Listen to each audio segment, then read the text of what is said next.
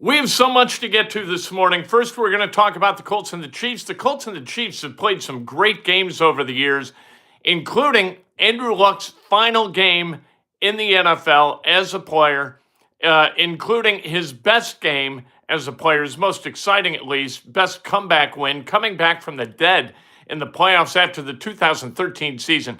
Colts were down 38-10, found a way to win that game 45-44. And in 1995, won a playoff game against the Chiefs 10-7. And as a result of that game and the win that they had against the San Diego Chargers, they went to the AFC Championship game in Pittsburgh at Three Rivers in one of the best games ever in the history of the NFL. A lot of past between these two teams. Colts won the last two games. We'll talk about this rivalry as it exists, even though they only play about every 3 years. We'll talk about it. The Colts, they're holding up pretty well over the course of this rivalry, especially since 1990. We'll talk about the Indiana Hoosiers. They got a game tonight at Assembly Hall against Lindenwood. Hey, cupcakes are fun, just like they were in elementary school when you had cupcakes. Somebody had a birthday and you were like, cupcakes, this is awesome. Cupcakes are awesome in college basketball too. We'll talk about the Pacers. Celebrated last night the 21st anniversary of the Malice at the Palace. That seems unfathomable to me that Ron Artest went into the stands, I think correctly, and Steven Jackson backed his ass up. And I applaud Steven Jackson for that. Those fans in Detroit, they needed a smack, and they got a smack. And have you seen Detroit fans act up since? I don't think so. While it's tough to believe it's been 21 years for us and for young Pacers fans, obviously they don't remember that night at all. But Pistons fans, they remember that night because they aren't throwing drinks on players anymore, are they? We'll talk about that. We'll talk about the Pacers win last night. Benedict Mathurin, how about 24-12? Pretty good night. Pascal Siakam, good night. TJ McConnell, good night. And this is Breakfast with Kent for Thursday, November 20th, 2025, brought to you by the great people at YouTube TV. At YouTube TV, you get everything you want, all the channels you want, in great clarity, great audio. You can manage the guide, put stations in whatever order you want. It's an excellent experience. If you're going to stream with YouTube TV. Use the link that will be in the show description immediately after we finish here to get $15 off your first month's bill. Also, become a member. My God, become a member. Membership has its privileges. We have a get-together every Saturday morning, just the members and me, chopping it up about sports. We also, if you become an all-meal deal member, all you have to do is then send me a DM on X with your name and address. I'll send an autographed copy of my book. You see it right up there. Oops, The Art of Learning from Mistakes and Adventures. It's 37 mistakes that I made. Become a subscriber, because when you become a subscriber, you become eligible to win prizes every single Monday. We give away an autographed Colts jersey, and we'll do that for the next 4 Mondays. How about that? And we'll send it to you. 4 different players, former players for the Colts, some all-time greats. 1, I got to tell you, all right, not too bad. But 3, I'd say all-time greats. All right, we'll send one to a winner each of the next 4 Mondays, but you've got to be a member to qualify, to be eligible to win. And you got to use the phrase that pays. And the phrase that pays is go IU, because tonight they got Lindenwood, and they're going to win against Lindenwood. And then, you know what? Next week, you got Kansas State. Then they got one more cupcake, and then they got 4 in a row against really tough teams. So we'll see what happens. But it's about to get really, really interesting for the Indiana Hoosiers. Smash that like button, and if you want to make a donation, no big whoop, as Randy just has. But send a comment along or a question that elevates the level of discourse on this channel. Randy says, I was 8 years old when Ron ran into the stands. You learned a good lesson as a 2nd or 3rd grader. And that lesson was, hey, you throw a drink on somebody, you're going to get your ass kicked. So don't throw a drink on somebody. How about that? And if your guy is going to go after people, you got to be the wingman. Steven Jackson, an excellent wingman. I might be the only person in the media who applauds the Pacers for their behavior on that night. I thought the NBA was gutless in the way they pursued justice on behalf of its players. All right, let's talk about the Indianapolis Colts. They've got the Chiefs this coming Sunday, 1 o'clock on CBS. You get Jim Nantz and Tony Romo. All right, you know what? That's 8-2 Indianapolis Colts. 4-4, 4-6, 5-5, whatever. You're not getting Tony Romo and Jim Nantz. So good for the Colts. You can gauge the elevation of the status of the franchise by the announcers that you get. Chiefs, an unbelievable run, 5 of 6 of their 5 of their last 6 seasons have ended with a Super Bowl. Not a championship always, but a Super Bowl, including the last 3. 7 AFC championship games in a row. The first one, they played against the Patriots and Tom Brady, for God's sake. That goes back, and the Colts actually lost to the Chiefs during that playoff run that for the Chiefs ended with a loss to Tom Brady. I think, right? 2018, Quentin Nelson, the last time that the Chiefs didn't make an AFC championship game, Quentin Nelson was playing football at Notre Dame. That's how long it's been. The Colts 15-4 against the Chiefs since 1990. They won their last 2, those games in 2019 in the regular season and 2020. 12 seasons ago, the Colts came back from the dead. They were down 38-10 to beat the Chiefs 45-44, the greatest moment in Andrew Luck's career. Donald Brown gets a handoff, fumbles it, the ball hops, Luck picks it up, stretches, gets into the end zone. It was unbelievable. You knew then, and I think the Chiefs knew then, we are in big trouble. Andrew Luck, I remember 2 things from that night. Andrew Luck would do this. Hit himself in the head twice when he threw an idiotic interception. He threw an idiotic interception in that game when it was 38-24 with 5:50 left in the third quarter. That led to a field goal that gave the Chiefs a seemingly insurmountable 41-24 lead. Not so much. The fumble by Donald Brown, obviously, the most memorable moment in Andrew Luck's playing career. That touchdown made it 41-38 with 5:50 left. Colts, they scored that final touchdown, got the win. That was just awesome, wasn't it? Luck's final game was a 31-13 playoff loss to the Chiefs on January 12th, 2019. Luck in that game, 19-36 for 203, 1 touchdown, no picks. 1995, a great game.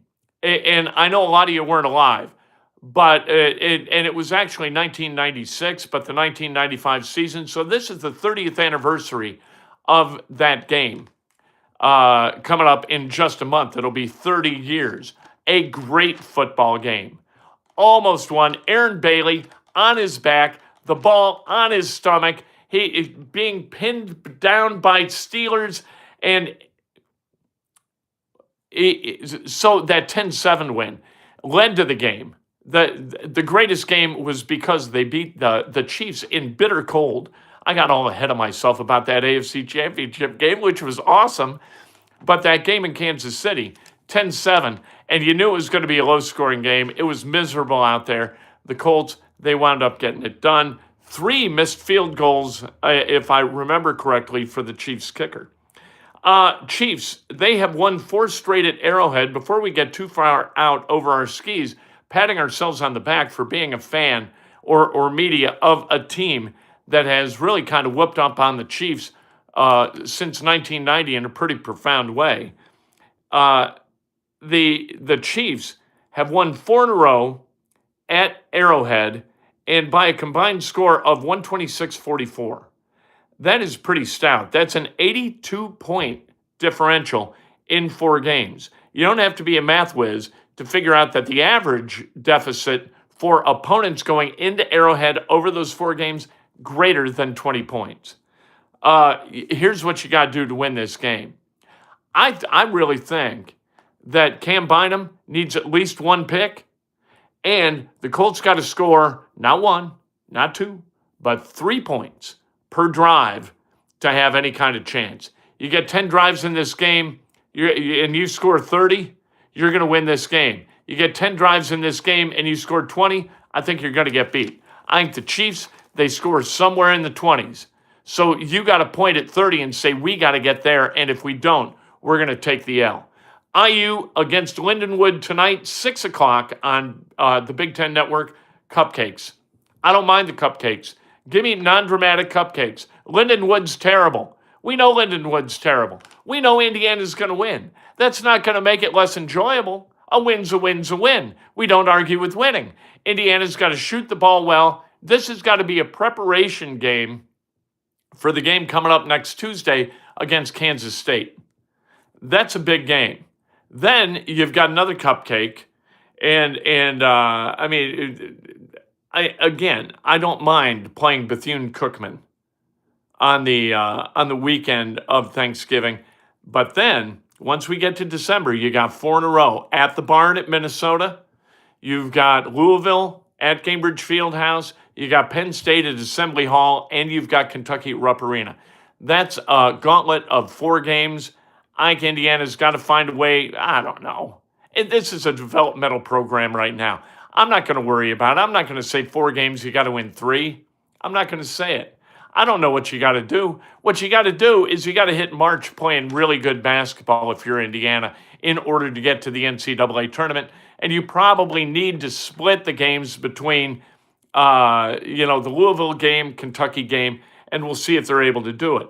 By the way, Trevor Manhertz is going to be at the game tonight. He is a 6'8" junior in high school who is really, really good at shooting the basketball. So make him feel welcome tonight. All right, that Crimson Guard load of lunatics, make him feel welcome. Can you? It'd be great to get him. I think he's 64th ranked kid in the class of 2027, but he may reclass. He was originally in the class of 26, then he reclassed to 27. Now he may reclass back into 26. We'll see. Toby says, bottom line, it comes down to the Kansas City pressure on DJ, how DJ handles that pressure. I think it does come down to that. That's the only way you're going to score, is handling the pressure correctly. And if they put 8 in the box to stop Taylor, they got to spy on Taylor. Cool. Just throw it to Pierce, throw it to Pittman, throw it to Warren. By the way, Warren, let's go back to the Colts for a second. Travis Kelce and Tyler Warren having almost identical years. Both have 50 catches thus far this year. Warren with 617 yards. Kelce with 631, both with 4 touchdowns. Now, one of the touchdowns for Warren came as a running back out of the backfield. But I think that's interesting. You look at Kelce and you think, okay, Hall of Famer. You look at Warren and you think, okay, pretty good rookie. No, really good rookie, exceptionally good rookie. That's what you got. Randy Smith says, I love that Kentucky's not scared to play us anymore. Yeah, funny how that happens when you get some humility in you, as Kentucky has received, especially recently, right? Calipari being gone, a huge part of getting that right. Mark Pope's a good dude and a good coach, and he's going to get that thing right, but I think he recruited out over his skis a little bit by going and getting just the best players he could get and thinking that he could put them into a pot and come up with delicious stew. That's not the way you do it. You got to get guys who are going to get along together. You got to get guys who fit, and Kentucky aggressively does not fit right now. Arafin Diane, he committed to Houston yesterday on his birthday. You want to play with a cheat and an idiot? You go ahead and play for Kelvin Sampson. Good luck to you, Arafin. You're going to regret that decision eventually. 21st anniversary last night of the Malice at the Palace. That was when the Pacers went into the stands because the Pistons fans were idiots and they whooped some ass. And a bunch of guys got suspended. Ron Artest's career forever changed because of that night. Steven Jackson's career changed. Jermaine O'Neal, the perception of Jermaine O'Neal around the league changed. I liked it. And I thought that the NBA acted like a bunch of petulant turds in assessing penalties against Indiana, who did nothing but defend themselves against a rabble that needed to be defended against. I got nothing. I have nothing but praise for Artest, Jackson, O'Neal, anybody who threw hands that night. Good for you, because there's got to be a consequence. Love it. Pacers last night, 127, 118 win. Mathurin, 24-12. Siakam had a bunch and 7 assists. What do you have, 22 last night, 25? They were 16-38 from threes. McConnell, 14, 6, and 8. They're at the 10-6 Cavs tomorrow night. Then they come home to play against Detroit, 13-2. We remember them all too well from the other night. They're at Toronto. Toronto's 10-5. Then they play Washington here. Washington's 1-13. But don't let that get you overconfident, because the Brooklyn Nets came in here winless and beat the Pacers. And then they got the Bulls 8-6 at Cambridge Fieldhouse. Let's celebrate some birthdays, shall we? I don't care. You know what? I know. You shouldn't go around hitting people. You shouldn't get into brawls. But fans needed a little comeuppance. But fans needed to figure out that you don't throw stuff at players, or you got a shot at getting punched by a world-class athlete with anger issues like Ron Artest. Let's celebrate some birthdays. Ronnie Webb, Logan Hinton, happy birthday. Luis Sosa, Gary Lip Gibson, happy birthday. The great Greg Ballard, former mayor of the city of Indianapolis. Greg, please come back to work. Please come back and be the mayor again. Can you? Chris Michaels, happy birthday. Sean Martin, Bill Hall, happy birthday. Jay Ford, happy birthday. Tim Sizemore, happy birthday. Justin Albers, Dale Gill, Jim Cutler, greatest voice guy, imaging guy in all of sports talk radio, and it's not close. And then Joe Dempsey, who taught me a lot about performance, a lot about acting, a lot about improvisation when we worked together in a little improv group called Tribe back in the mid-90s, early 90s, mid-90s, whenever it was. We had a hell of a good time. It was the ballsiest improv show ever. Nobody has ever done an improv show the way Tribe did it. And that's why we didn't do a whole lot of shows. It was a high wire act of the first order. Randy Smith says, only thing I feel bad for in that situation, Reggie Miller, sadly in a suit that night, and sadly coming to the end of the line, and it all went poof because of that night. That season went bluey for Reg. That was a team that could have won the NBA championship. It's what happens. That's the penalty of teaching some idiot fans, drunk idiot fans from Detroit, a lesson. Today, we hear from Jonathan Taylor. We will hear from assistant coaches. Can't wait for that at the Colts. And then Inside Indiana Sports Now, coming up at about 4 o'clock this afternoon. Can't wait to talk to you then.